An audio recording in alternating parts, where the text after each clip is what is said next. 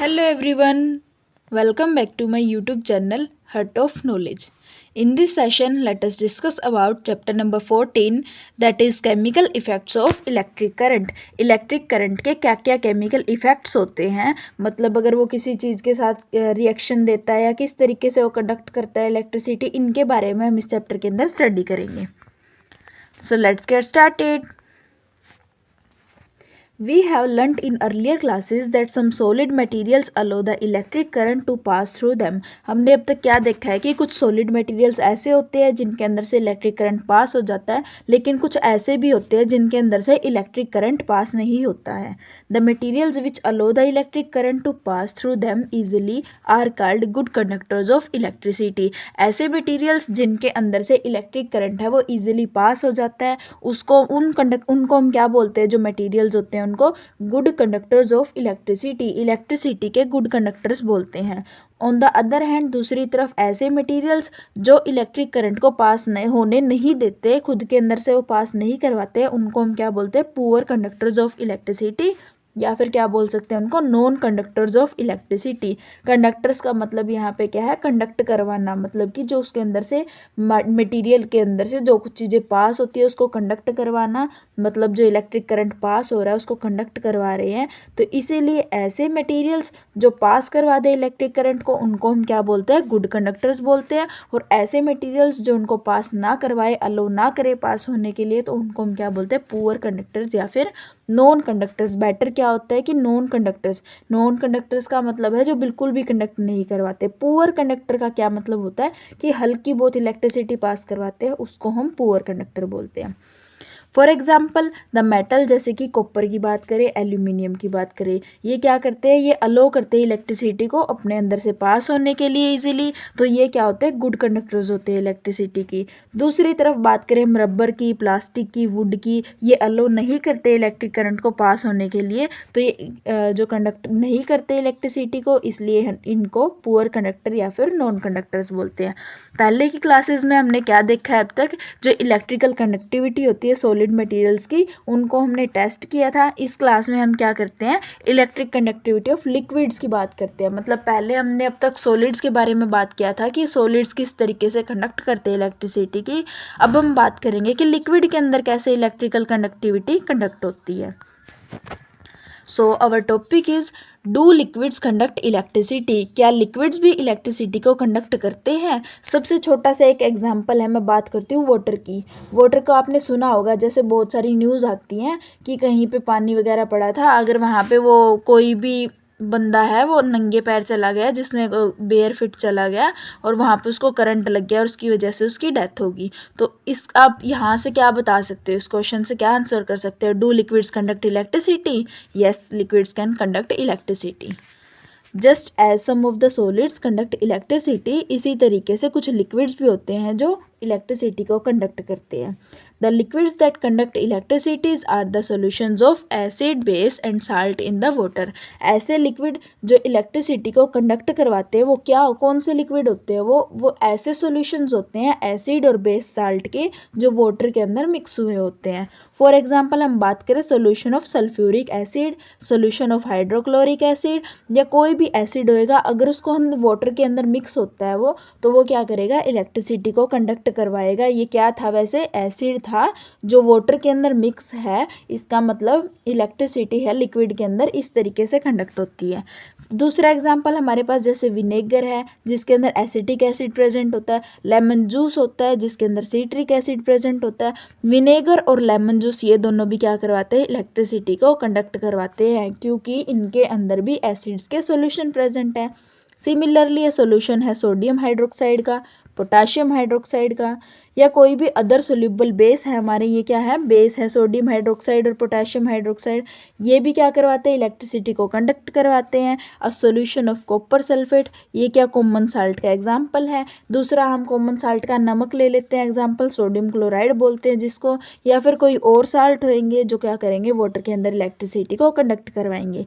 There are however some important differences in the conduction of electricity by solids and the liquids. अब इनके बीच में कुछ ना कुछ डिफरेंस भी तो होएगा ना, किस तरीके से इलेक्ट्रिसिटी कंडक्ट होती है सॉलिड और लिक्विड में। जब सॉलिड की शेप है एक जगह फिक्स रहती है, लेकिन लिक्विड की शेप फिक्स नहीं रहती, वो कंटेनर के अंदर होती है, तो उनके अंदर कुछ ना कुछ तो डिफरेंस होएगा ना कंडक्ट करवाने के लिए इलेक्ट्रिसिटी। तो इसका बेसिक डिफरेंस क्या है यहाँ पे, जो सॉलिड्स होते हैं वो क्या करते हैं, जैसे मेटल्स की बात ले लेते हैं हम, सॉलिड्स के अंदर electricity is carried by electrons. Electrons होते हैं हमारे, उनके थ्रू इलेक्ट्रिसिटी कंडक्ट होती है सॉलिड्स के अंदर। लेकिन अगर हम लिक्विड की बात करें तो लिक्विड के अंदर जो इलेक्ट्रिसिटी है वो आयंस के थ्रू होती है। आयंस क्या होते हैं हमारे पास, एक पॉजिटिव चार्ज के आयंस होते हैं, एक नेगेटिव चार्ज के आयंस होते हैं। आयंस का मतलब जैसे हम यहाँ क्या करते हैं, बात करते हैं NaCl की। NaCl जैसे हमने सबने देखा है, NaCl क्या है, नमक होता है। सिर्फ एक NaCl को लेते हैं हम, थोड़े से नमक को लेते हैं और उससे इलेक्ट्रिसिटी कंडक्ट करवा के देखते हैं तो इलेक्ट्रिसिटी हमारी कंडक्ट नहीं होती है। लेकिन जब हम इसको वाटर के अंदर डिजोल्व कर देते हैं, पानी के अंदर इसको मिक्स कर देते हैं, तो ये क्या करता है, Na पॉजिटिव और Cl नेगेटिव, इस तरीके से ये टूट जाता है, ब्रेक हो जाता है, जिसको हम क्या बोलते हैं, ये इसके क्या बन चुके हैं, अब आयंस बन चुके हैं। NaCl इस तरीके से ब्रेक होता है। ये आयंस क्या करते हैं, इलेक्ट्रिसिटी को कंडक्ट करवाने में हेल्प करते हैं। सबसे ईजिएस्ट एग्जांपल बताया मैंने आपको, अभी हम बुक के अकॉर्डिंग भी एग्जांपल को पढ़ लेते हैं। In solids electricity is carried by electrons. Solid के अंदर जो इलेक्ट्रिसिटी कैरिड होती है वो इलेक्ट्रॉन्स के थ्रू होती है। लेकिन अगर हम लिक्विड्स की बात करें तो इलेक्ट्रिसिटी हमारी आयंस के अकॉर्डिंग कैरी होती है, कि किस तरीके आयन उनको कैरी करके लाता है इलेक्ट्रिसिटी को। जो आयंस होते हैं वो दो टाइप के होते हैं, पॉजिटिवली चार्ज आयन और नेगेटिवली चार्ज आयन। और कुछ आयंस और आप आगे पढ़ोगे वो न्यूट्रल चार्ज होता है जिनके ऊपर, उनको हम आयंस नहीं बोलते। For example in a solid, जैसे कॉपर मेटल की बात करें हम, इलेक्ट्रिसिटी सॉलिड के अंदर बात कर रहे हैं कॉपर मेटल की, तो इलेक्ट्रिसिटी हमारी कैरिड होती है बाय इलेक्ट्रॉन्स। इलेक्ट्रॉन्स हेल्प करते हैं इलेक्ट्रिसिटी को कैरी करने में। लेकिन अगर हम लिक्विड की बात करें, लिक्विड हम किसका ले लेते हैं, कॉपर सल्फेट सोल्यूशन ले लेते हैं। कॉपर सल्फेट सोल्यूशन क्या होता है, CuSO4, कॉपर और सल्फेट, इसका सोल्यूशन होगा हमारे पास। इसके जब हम इसको मिक्स करते हैं वाटर के अंदर, सोल्यूशन तभी होएगा। तो इसके अंदर जो हमारे आयंस है वो किस तरीके से टूटते हैं, Cu2 पॉजिटिव में और SO4 2 नेगेटिव में टूटते हैं। ये जो आयंस होते हैं ये पॉजिटिवली चार्ज और ये नेगेटिवली चार्ज, जिसके ऊपर पॉजिटिव चार्ज है वो पॉजिटिवली चार्ज और जिसके ऊपर नेगेटिव है वो क्या है, नेगेटिवली चार्ज आयन। ये आयंस क्या करेंगे, हेल्प करवाएंगे इलेक्ट्रिसिटी को कैरी करने में। दूसरा डिफरेंस क्या है, when electricity is pass through a solid, जब कोई इलेक्ट्रिसिटी है पास होती है, सॉलिड के थ्रू पास होती है, तो कोई भी केमिकल चेंज नहीं होता है यहाँ पे। लेकिन जब इलेक्ट्रिसिटी के लिक्विड के अंदर पास होती है तो chemical change takes place. For example बात करते हैं हम, when the electricity is pass through a copper wire, जब एक इलेक्ट्रिसिटी को हम पास करवाते हैं कॉपर वायर के थ्रू तो कोई केमिकल चेंज नहीं होता कॉपर वायर के अंदर। बट व्हेन द इलेक्ट्रिसिटी हम पास करते हैं एसिडिफाइड वाटर के अंदर, मतलब जिसके अंदर एसिड है, उस वाटर के अंदर, जैसे हम फॉर एग्जांपल ले लेते हैं सल्फ्यूरिक एसिड, तो एसिडिफाइड वाटर के अंदर तो केमिकल चेंज होता है। इसके अंदर क्या होता है कि जो हमारा वाटर है वो डिकम्पोज हो जाता है हाइड्रोजन और ऑक्सीजन गैसेस के अंदर। अब हम बात करते हैं दोबारा इस एग्जाम्पल की, जैसे सॉलिड के अंदर मैंने बोला है कि हम ले लेते हैं कॉपर की वायर ले लेते हैं, ठीक है। कॉपर की वायर्स के अंदर से जब हम इलेक्ट्रिसिटी को पास करवाएंगे उसके बाद वो कॉपर वायर ही रहेगी, उसके अंदर कोई केमिकल चेंज नहीं होता है। दूसरी तरफ हम ले लेते हैं एसिडिफाइड वाटर। एसिडिफाइड वाटर के अंदर फॉर एग्जांपल ले लेते हैं हम सल्फ्यूरिक एसिड। सल्फ्यूरिक एसिड के अंदर से जो सॉल्यूशन होएगा सल्फ्यूरिक एसिड का, उसके अंदर से जब हम इलेक्ट्रिसिटी को पास करवाएंगे तो इसके तो आयन टूटेंगे, सल्फ्यूरिक एसिड था हमारे पास उसके तो आयन टूटने ही टूटने, लेकिन साथ में जो वाटर था, हमने शुरू में जो वाटर जिसके अंदर इसको डिसोल्व किया था वो खुद भी किसके अंदर ब्रेक हो जाता है, हाइड्रोजन और ऑक्सीजन गैसेस के अंदर वो ब्रेक हो जाता है। तो इसका मतलब यहाँ पे क्या होता है, केमिकल चेंज ओकर होता है लिक्विड के अंदर। From the above discussion we conclude that some liquids conduct the electric current और द इलेक्ट्रिसिटी। कुछ हम क्या कंक्लूड कर सकते हैं यहाँ पे, कुछ ऐसे लिक्विड्स होते हैं जो क्या करते हैं, इलेक्ट्रिक करंट को कंडक्ट करवाते हैं। ऐसे लिक्विड्स जो इलेक्ट्रिसिटी को कंडक्ट करवाएंगे उनको हम क्या बोलते हैं, कंडक्टिंग लिक्विड्स बोलते हैं या फिर कंडक्टिंग सॉल्यूशंस बोलते हैं। जब इलेक्ट्रिक करंट हमारा पास होता है कंडक्टिंग लिक्विड्स के अंदर तो chemical changes takes place. Chemical changes जो होते हैं हमारे कंडक्टिंग लिक्विड्स के अंदर इलेक्ट्रिक करंट को पास करने से उनके अंदर से, उनको हम क्या बोलते हैं, chemical effects of electric current बोलते हैं। ऐसे लिक्विड्स जो इलेक्ट्रिसिटी को कंडक्ट करवाते हैं उनको हम कंडक्टिंग लिक्विड्स बोलते हैं, और ऐसे केमिकल चेंजेस जो कंडक्टिंग लिक्विड्स के अंदर से जब इलेक्ट्रिसिटी पास करवाई जाए तब केमिकल चेंजेस हों, उनको हम क्या बोलते हैं, chemical effects of electric current. Electric current के कौन से केमिकल इफेक्ट्स हुए?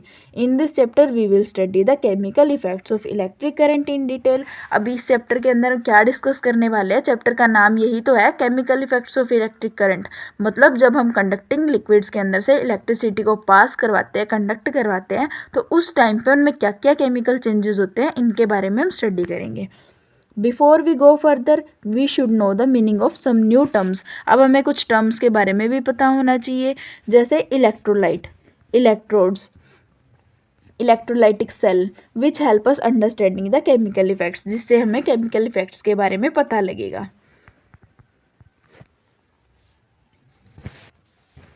अ लिक्विड और a solution of the substance, एक ऐसा लिक्विड या फिर हम क्या बोल सकते हैं, सोल्यूशन बोल सकते हैं किसी भी सब्सटेंस का जो इलेक्ट्रिसिटी को कंडक्ट करवाता है, उसको हम क्या बोलते हैं, इलेक्ट्रोलाइट बोलते हैं।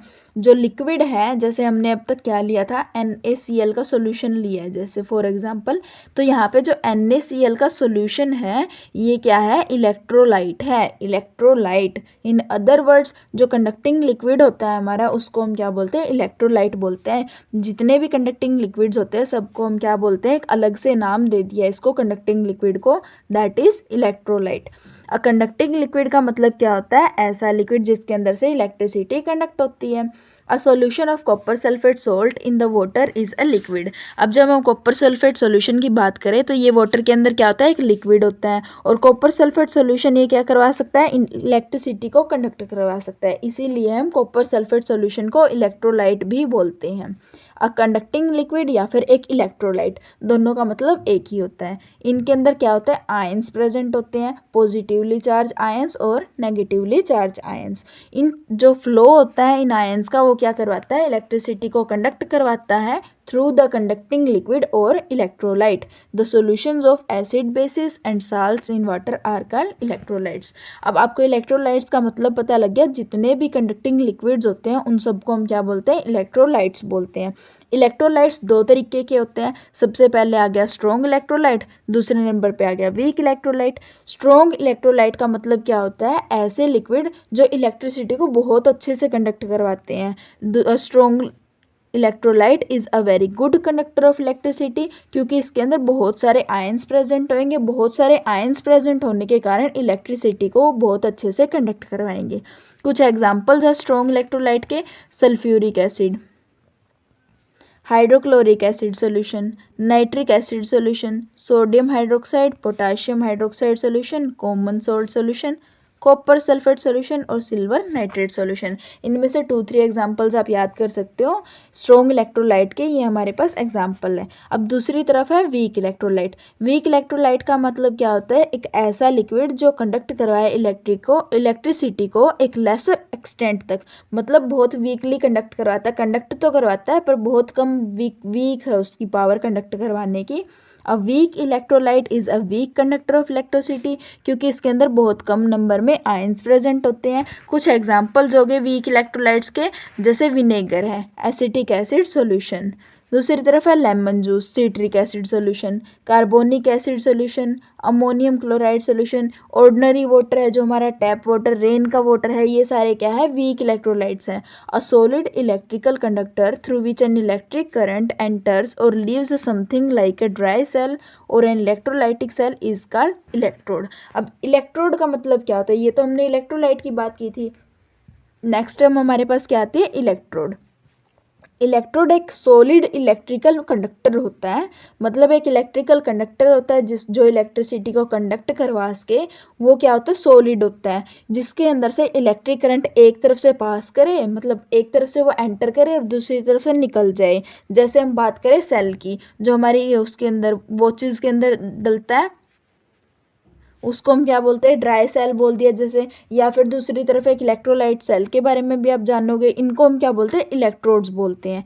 इलेक्ट्रोड्स क्या होते हैं, या तो कार्बन के रोड्स हो सकते हैं या फिर मेटल के रोड्स हो सकते हैं। मैंने आपको बताया ना भी सॉलिड इलेक्ट्रिकल कंडक्टर्स हैं, तो ये हैं या तो कार्बन के बने हुए होते हैं या फिर ये मेटल की रोड्स होती हैं, depending upon where they are being used, कहाँ पे वो यूज़ हो रहे हैं इसके ऊपर डिपेंडेंसी होती है इनकी, जिसके ऊपर वो कार्बन रोड्स के हो सकते हैं या फिर मेटल रोड्स के होते हैं। अब इलेक्ट्रोड्स भी हमारे दो टाइप के होते हैं, जिनको हम क्या बोलते हैं, एनोड बोलते हैं, कैथोड बोलते हैं।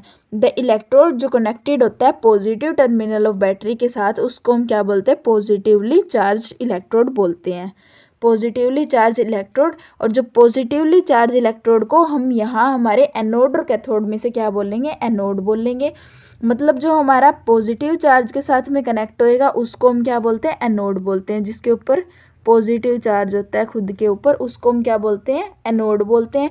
दूसरी तरफ ऐसा इलेक्ट्रोड जो नेगेटिव टर्मिनल के साथ में कनेक्ट होता है बैटरी के, वो खुद नेगेटिवली चार्ज हो जाता है, इसको हम क्या बोलते हैं, कैथोड बोलते हैं।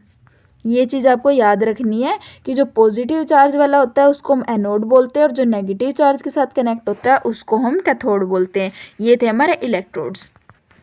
अब अरेंज इन दोनों इलेक्ट्रोड्स की, जो हमारे एनोड है और कैथोड है, इन दोनों इलेक्ट्रोड्स की जब हमारी अरेंजमेंट होती है कंडक्टिंग लिक्विड के साथ में, मतलब जैसे हमने कोई भी बिकर लिया है, उस बिकर के अंदर हमारे पास ये 2 इलेक्ट्रोड्स प्रेजेंट है।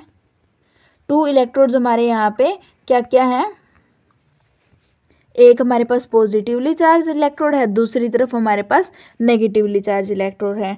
एक पॉजिटिवली चार्ज हो गया, एक नेगेटिव चार्ज हो गया, पॉजिटिव वाला एनोड, नेगेटिव वाला कैथोड। और साथ में हमारे पास यहाँ पे क्या है, कंडक्टिंग लिक्विड, जिसको हम क्या बोलते हैं, इलेक्ट्रोलाइट बोलते हैं। तो ये हमारे पास जो अरेंजमेंट होती है, इस पूरी अरेंजमेंट को हम क्या बोलते हैं, इलेक्ट्रोलाइटिक सेल बोलते हैं। क्या बोलते हैं, electrolytic cell. An arrangement having 2 electrodes kept in the conducting liquid, एक कंडक्टिंग लिक्विड होएगा हमारे पास वेसल के अंदर, उसके अंदर हम 2 इलेक्ट्रोड्स को रखेंगे, उनकी अरेंजमेंट को क्या बोलते हैं, इलेक्ट्रोलाइटिक सेल बोलते हैं। For example, if we keep 2 carbon electrodes in a beaker containing the acidified water, it will be an electrolytic cell. Electrolytic cell कौन सा होएगा, जब हमारी 2 कार्बन की इलेक्ट्रोड्स होंगी, उसको हम एक बिकर के अंदर रख देते हैं जिसके अंदर एसिडिफाइड वाटर प्रेजेंट है, मतलब एक इलेक्ट्रोलाइट प्रेजेंट है, उसको हम क्या बोल लेंगे, इलेक्ट्रोलाइटिक सेल बोल लेंगे।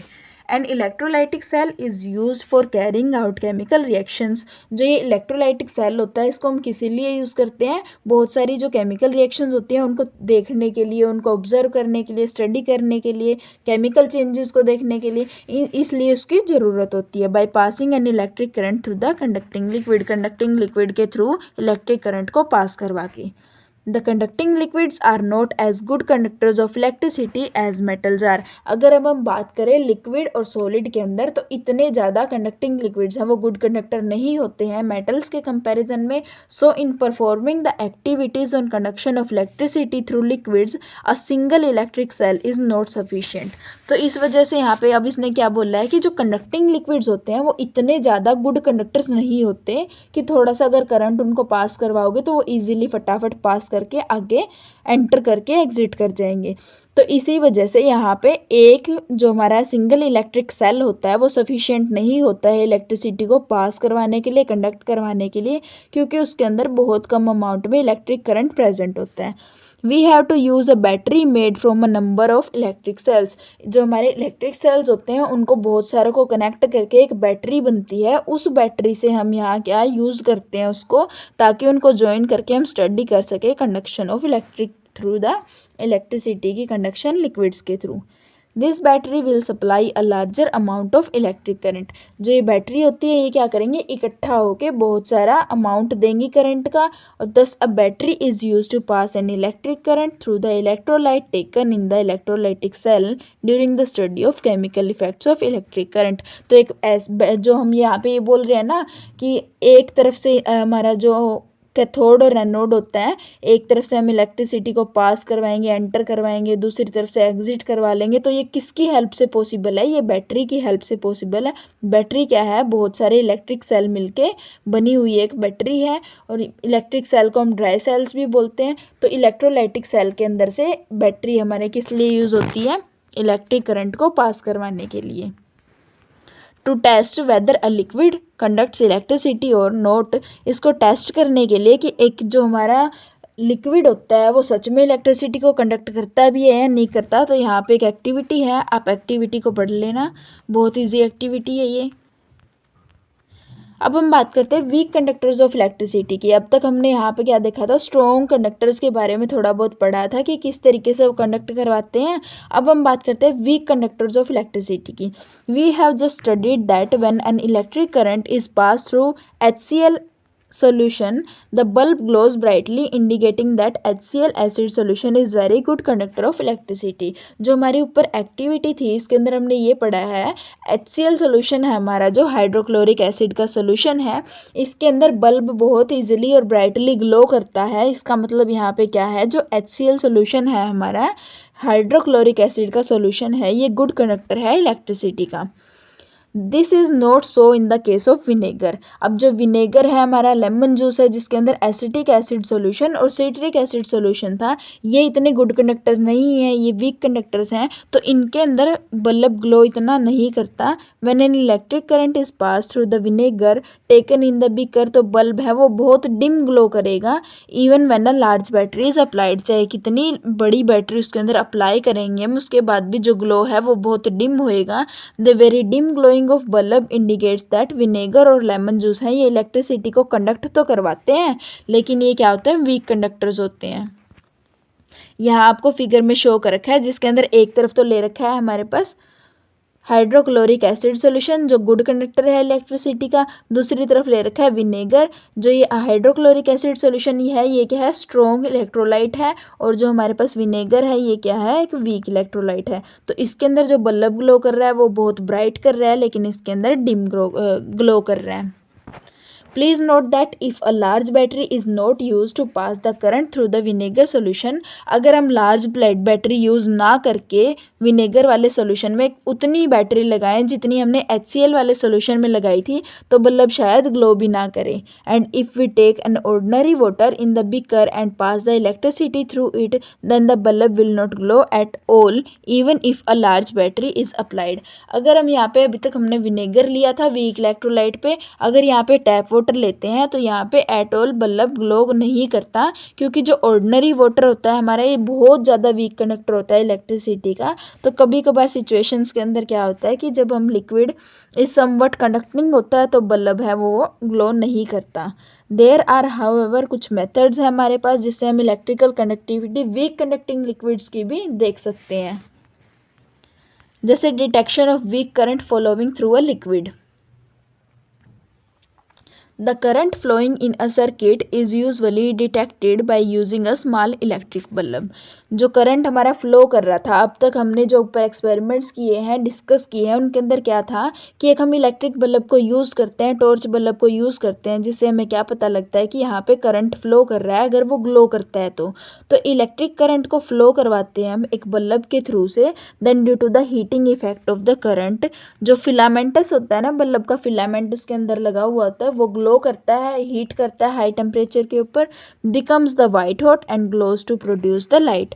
ये क्या करता है, जैसे हमारे पास एक बल्ब होता है, बल्ब के अंदर एक फिलामेंट लगा हुआ होता है, टंगस्टन का वो फिलामेंट होता है। जब यहाँ पे हमारे पास इसके ऊपर इलेक्ट्रिक करंट आता है, इलेक्ट्रिक करंट जैसे इसके अंदर से पास करता है तो यहाँ पे इसका टेम्परेचर इतना ज़्यादा हाई हो जाता है जिसकी वजह से ये ग्लो करना शुरू कर देता है और एक वाइट हॉट मतलब यहाँ पे वाइट हॉट वो फ्लेम देता है, उस तरीके से उसकी ग्लोइंग प्रोड्यूस होती है। When the current flowing through a circuit is large, जब करंट हमारा फ्लो कर रहा है सर्किट के अंदर से, अगर वो लार्ज होएगा तो हीटिंग इफेक्ट है वो भी लार्ज होएगा, जिसकी वजह से बल्ब है ग्लो करेगा ब्राइटली। करंट फ्लो ज़्यादा हुआ तो हीटिंग इफेक्ट भी ज़्यादा हुआ और बल्ब भी ग्लो किया ब्राइटली। और जब करंट फ्लोइंग हमारा कम हो जाएगा तो हीटिंग इफेक्ट भी कम हो जाएगा, हीटिंग इफेक्ट कम होने की वजह से जो बल्ब ग्लो कर रहा है वो भी डिम ग्लो करेगा। इफ़ हाउएवर जो current flowing through the circuit is too weak, अगर आप सोच के चलो कि जो करंट फ्लो हो रहा है सर्किट के अंदर से वो बहुत कमज़ोर है, बहुत ही कम है, तो हीटिंग इफेक्ट प्रोड्यूस कितना होएगा, बहुत ही कम प्रोड्यूस होएगा, तो जिसकी वजह से या तो बल्ब बिल्कुल ही डिम ग्लो करेगा और या फिर वो हीट नहीं हो पाएगा उसका फिलामेंट, तो बिल्कुल ही ग्लो नहीं करेगा वो। bulb does not glow at all. The current in the circuit may be weak if the electrical conductivity of liquid we are testing is very low. अब जो ये मैंने आपको ये बताया कि जो करंट है वो वीक जाएगा, जिसकी वजह से हीटिंग इफेक्ट प्रोड्यूस होएगा वो नील के बराबर होएगा, बिल्कुल ही कम होएगा, जिसकी वजह से बल्ब ग्लो नहीं करेगा। और जो हमारा इलेक्ट्रिक करंट है ये वीक कब होता है, जब हमारे पास जो लिक्विड है, इलेक्ट्रोलाइट है, कंडक्टिंग लिक्विड है, वो कम हो, उसकी इलेक्ट्रोलाइट उसका कम बनता हो। So if we test a liquid having a very low electrical conductivity, अब अगर हम टेस्ट करें ऐसे लिक्विड को जिसकी इलेक्ट्रिकल कंडक्टिविटी लो होती है, कम होती है, so if we test liquid of the liquid we are testing is very low, तो हम टेस्ट करेंगे एक लिक्विड को जिसकी लो कंडक्टिविटी होती है एक टॉर्च बल्ब को यूज करके सर्किट में, then the bulb may not glow at all. अगर हम बहुत कम इलेक्ट्रिक करंट वाले में अगर एक बल्ब लगा देते हैं, टॉर्च बल्ब लगा दिया या हमारा जो येलो वाला बल्ब होता है वो लगा दिया हमने, जो ऊपर वाले हमारी एक्टिविटीज थी उनके अंदर लगाया था, तो यहाँ पे वो ग्लो नहीं करेगा। क्यों नहीं ग्लो करेगा, क्योंकि वीक करंट था। तो टॉर्च बल्ब को हम यहाँ पे नहीं यूज कर सकते डिटेक्ट करने के लिए वीक इलेक्ट्रिक करंट को। तो अब वीक इलेक्ट्रिक करंट के लिए जैसे हमारे पास टॉर्च बल्ब को थोड़ी ज़्यादा अमाउंट में हीट चाहिए, ज़्यादा अमाउंट में उसको इलेक्ट्रिक करंट चाहिए ग्लो करवाने के लिए, तो इसको हम किससे रिप्लेस कर सकते हैं कि हमारे पास एक छोटा बल्ब हो जो बहुत कम थोड़े से भी इलेक्ट्रिक करंट के अंदर इजीली ग्लो कर सके। तो इस यहाँ पे वीक इलेक्ट्रिक करंट को मेजर करने के लिए हम किसका यूज करते हैं, दो बल्ब्स का यूज करते हैं। दो मेथड्स होते हैं हमारे पास, मेथड्स दो होते हैं यूज करने के लिए। First one is by using the LED. LED को यूज करके, एलईडी क्या होता है, लाइट एमिटिंग डायोड इसकी फुल फॉर्म होती है। और दूसरा हमारे पास मेथड क्या होता है, bye using a compass surrounded by the terms of the circuit wire. तो दूसरी तरफ हम एक कंपास का यूज करेंगे। First one is we can use the LED light emitting diode in place of a torch bulb. एक torch bulb की जगह हम क्या यूज करेंगे, यहाँ पे एलईडी को यूज करेंगे, जो क्या करेगा, वीक इलेक्ट्रिक करंट को पास हो रहा है जो उसके अंदर से, उसको डिटेक्ट कर लेगा। LED is a semiconductor device which glows even when a very weak current passes through it. ये क्या होता है, एक सेमीकंडक्टर होता है जिसके अंदर से अगर हल्का सा भी करंट पास होए, बहुत ही वीक करंट भी अगर पास होता है तो ये क्या कर लेता है, ग्लो करने लग जाता है। देयर आर टू वायर्स जिनको हम क्या बोलते हैं, लीड्स बोलते हैं, जो एलईडी के साथ में अटैच होती हैं। यहाँ फिगर में शो कर रखी है जो दो वायर्स होती हैं, इनको हम क्या बोलते हैं, लीड्स बोलते हैं, जो एलईडी बल्ब के साथ में अटैच होती हैं। One lead is slightly longer than the other. इनके अंदर क्या होता है, एक एलईडी तो थोड़ी सी बड़ी होती है और दूसरी एलईडी है वो थोड़ी सी छोटी होती है। While connecting LED in the circuit, जब सर्किट के अंदर हम इसको कनेक्ट करवाते हैं तो जो लॉन्गर लीड होती है हमारी वो हमेशा पॉजिटिव टर्मिनल के साथ कनेक्ट होती है, और जो शॉर्टर लीड होती है हमारी वो हमेशा नेगेटिव टर्मिनल के साथ कनेक्ट होती है। Please note that LED is connected in a circuit detecting an electric current flowing through where a torch bulb is normally connected. यहाँ पे क्या होता है कि जो टॉर्च बल्ब है उसको हम नॉर्मली कनेक्ट कर देते हैं, लेकिन एलईडी को हम किसी सर्किट के अंदर कनेक्ट करते हैं ताकि वो सर्किट पूरा होए, और सर्किट पूरे होने के बाद वो बल्ब ग्लो करता है या नहीं करता उसको हम चेक करते हैं। दूसरा हमारे पास क्या मेथड होता है, कंपास का यूज करना हुआ एक मेथड होता है। We can also detect the weak electric current following through a liquid by using a compass. एक कंपास होती है जिसके थ्रू हमें क्या पता लगता है, डायरेक्शन का पता लगता है। उस कंपास को यूज करके हम क्या करते हैं, यहाँ पे बहुत सारी वायर्स उसके ऊपर से लपेट देते हैं, जिसकी वजह से मैग्नेटिक इफेक्ट आता है। जो बल्ब यूज हो रहा था उसके अंदर क्या था, हीटिंग इफेक्ट यूज हो रहा था, और जो हमारा कंपास है उसके अंदर क्या यूज हो रहा है, मैग्नेटिक इफेक्ट यूज हो रहा है। This can be done as follows. हम क्या करेंगे, कार्डबोर्ड लेंगे, tray from inside of the discarded match box. जैसे हमने एक मैच बॉक्स ले लिया और उसके अंदर हमने क्या किया, place a small compass inside this cardboard tray. जो हमारा मैच बॉक्स होता है उसके अंदर हमने क्या रख लिया, जैसे मैच बॉक्स की ट्रे है इसके अंदर हमने कंपास को प्लेस कर लिया। Wrap an electric wire a few times around the cardboard tray so as to make a type of coil of wire around the compass. यहाँ पे अब हम क्या करेंगे, इलेक्ट्रिक वायर होती है हमारी, जो वायर सर्किट की है उसको हम इसके बाहर से थोड़े से इसको राउंड डलवाएंगे, जिसकी वजह से यहाँ पे वो उसके ऊपर से पास कर सके इलेक्ट्रिक करंट के लिए। The matchbox tray containing the compass inside it and having wound up wire around it is connected in the place of torch bulb in the circuit of liquid to be tested for conductivity. जहाँ पे हम torch bulb को लगा रहे थे, LED bulb को लगा रहे थे, वहाँ पे अब हम क्या करेंगे, इसको कनेक्ट करवा देंगे. अगर हमारे पास वीक इलेक्ट्रिक करंट फ्लो करेगा लिक्विड के अंदर से, जिसकी वजह से वो सर्किट में आएगा, सर्किट की वजह से इस वायर के अंदर आएगा और इस वायर की वजह से क्या होएगा, हमारी जो कंपास है वो हिलेगी, जिसकी वजह से हमें पता लगेगा इसके अंदर करंट फ्लो कर रहा है या नहीं कर रहा. Even if a weak electric current flows through the liquid in the circuit, तो मैग्नेटिक नीडल है कंपास की, वो डिफ्लेक्शन शो करेगी. This is because even a weak electric current flowing through a wire produces a magnetic field around it. जो थोड़ा सा भी current pass होएगा वायर के अंदर से, ये क्या करेगा, मैग्नेटिक फील्ड को प्रोड्यूस कर देगा और इस मैग्नेटिक फील्ड की वजह से क्या होएगा, कंपास के ऊपर मैग्नेटिक नीडल होएगी जो क्या करेगी, डिफ्लेक्ट करेगी. यूजुअली नॉर्थ और साउथ पोजीशन में होती है, क्योंकि जो हमारे पास अंदर नीडल है ना, वो भी क्या होती है, मैग्नेटिक इफेक्ट की वजह से हिलती है, और दूसरी तरफ हमारा जो मैग्नेटिक इफेक्ट वायर के थ्रू हो रहा है, तो ये क्या करते हैं, इसको रिपेल या अट्रैक्ट करके उस तरीके से उसको डिफ्लेक्ट करवाते हैं. So if a compass surrounded by wound up electric wires of the circuit including a liquid in it shows the deflection, अगर हमने कंपास को अटैच कर रखा है और वहाँ पे डिफ्लेक्शन शो हो रही है, तो इसका मतलब जो लिक्विड है वो इलेक्ट्रिसिटी को कंडक्ट करता है. तो लिक्विड हमारा क्या है, कंडक्टर है इलेक्ट्रिसिटी का. In order to detect the electrical conductivity of liquid, the two ends of wire are connected at a place in the circuit where two terminals of torch bulb are normally connected. अब electrical conductivity को detect करने के लिए जो दो and होते हैं यहाँ पे वायर के, जो कंपास के अराउंड हमने लगाए थे, वो कनेक्ट होते हैं सर्किट के अंदर, जहाँ पे दो टर्मिनल्स है टॉर्च बल्ब के, कनेक्टेड होते हैं नॉर्मली. लेकिन हमने एलईडी की बात करी थी, वो सर्किट के अंदर अटैच होता है. We can test the electrical conductivity of liquids, अलग अलग लिक्विड्स के हम कंडक्टिविटी को टेस्ट कर सकते हैं with the help of compass surrounded by wire of circuit, एक कंपास की वजह से.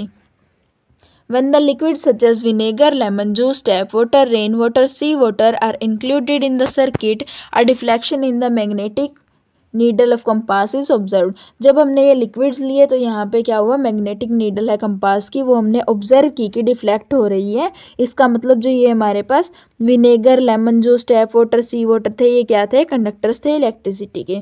दूसरी तरफ हमने क्या लिया, डिस्टिल्ड वाटर लिया, मिल्क लिया, वेजिटेबल ऑयल लिया, हनी, इस तरीके से बहुत सारे हमने लिक्विड्स लिए जिनकी वजह से कोई डिफ्लेक्शन शो नहीं हुई मैग्नेटिक नीडल में.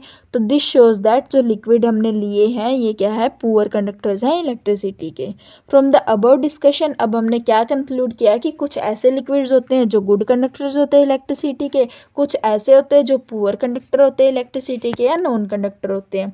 मोस्ट ऑफ द लिक्विड जो कंडक्ट करते हैं इलेक्ट्रिसिटी को वो क्या होते हैं, एसिड, बेस और साल्ट के सॉल्यूशंस होते हैं.